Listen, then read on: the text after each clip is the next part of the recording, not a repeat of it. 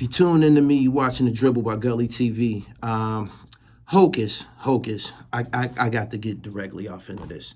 I'm watching your video, and I stopped it because, to my recollection, you was the face of returning that chain to that boy to Jay Prince. You returned the chain to Jay Prince, if I'm not mistaken. You have a photo with Jay Prince. You ended up going out there. I don't know, maybe you were the courier that took the chain back. But you aligned yourself with mob ties. You was mob ties. You tried to make you a play. I believe it was a very self-serving gesture. Your intentions was to bust a moves for yourself musically, and that's why you did what you did. But when it happened, it just looked at, it was against everything. It was against normalcy, I'll say that. It was against the general order of things. And a lot of people, we have some mutual associates from the Bronx. They were disappointed. Someone that you probably would call OG, he said to me one time, he said, man, that was kind of like the low point of my career. It really turned my stomach that they gave that chain back and shit. It made us look soft. And I'm not going to go into whether or not it made anyone look soft, but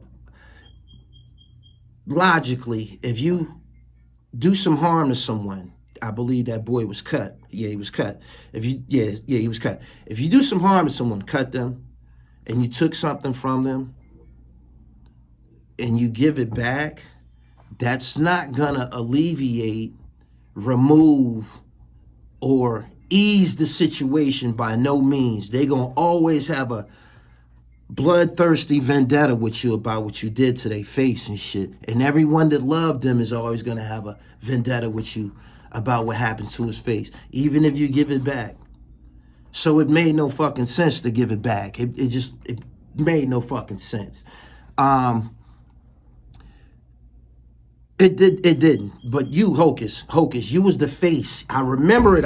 You was the face of returning that chain and submitting. You submitted.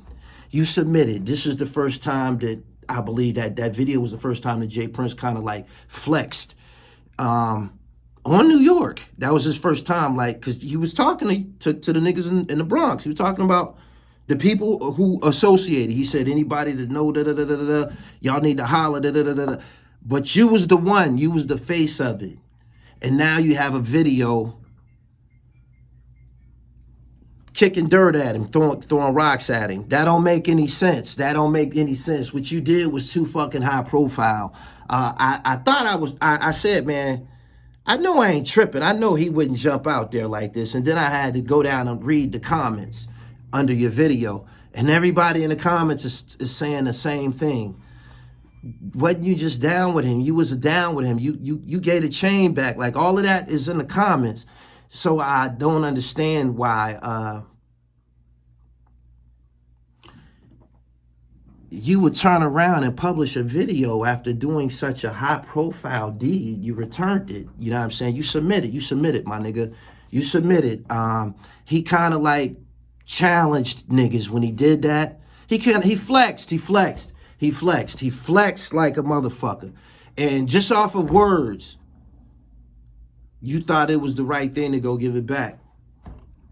For a long time after that, everybody remained silent on Jay Prince. Not until Hassan did the Hassan, does anybody, does people start to throw their rocks or whatever. It seems like it's starting to snowball. Hassan is on his ass, and Charleston White is on his ass. But if you were down with him, Hocus, it makes no sense for you to be making any videos talking about him or sitting with anybody in a conversation, throwing rocks at him after you already submitted, my nigga. You already tapped out. You tapped out. And you embarrassed a lot of people. I don't know if I'm pretty sure you know that. You embarrassed a lot of people, and now you got this video up. You starting to look desperate. I don't know what's going on in your life, but you're starting to look desperate for content. And you're in the birthplace of hip hop. You're in the Bronx. You're from the Bronx. There's no reason why you should be doing all of this petty shit. You just did some ridiculous shit with Cal Dawson some months ago. You did an interview with Cal Dawson and had my name in it and all of it. You know, it was jokes to me, you know what I'm saying? And I understand your motive. You're trying to get you some money and shit, but you're just all over the place now, man. It's not, what you're doing is not ethical and it's not thorough. This latest video that you have, it makes people question your integrity and your motives. And you someone that you speak on, you know, having principles and honor and real nigga this and real nigga that, but that's not a reflection of your character. Based on what you're doing online, it makes no sense to anyone. The Cal Dawson thing, before you even put him on there, you knew this man was a liar. This man had videos removed from Vlad TV. He said he was in the car with 50 Cent when 50 Cent got shot. That's a bizarre, someone that would create some shit like that in their mind and publicize it and run around and talk about it. You know that they have mental issues. So you decided to sit down with someone who you know probably ain't rap too tight and has no credibility. And the end result, in the bottom of the comments, you got about, I don't know, maybe 50, 60 comments of people saying, yo, this dude is a joke, this dude is a liar. Chris Gotti put out a video, this is before yours. Chris Gotti put out a video saying that he don't know the nigga, never met him, he never worked with Murder Inc., had no affiliation with him, and you still chose to put the video, and you still got the video up. Even after people told you this. So you starting to look desperate, my nigga. So, I don't know, man. Maybe you should post your Cash App and your, just get on here and start begging, my nigga, like the rest of these niggas.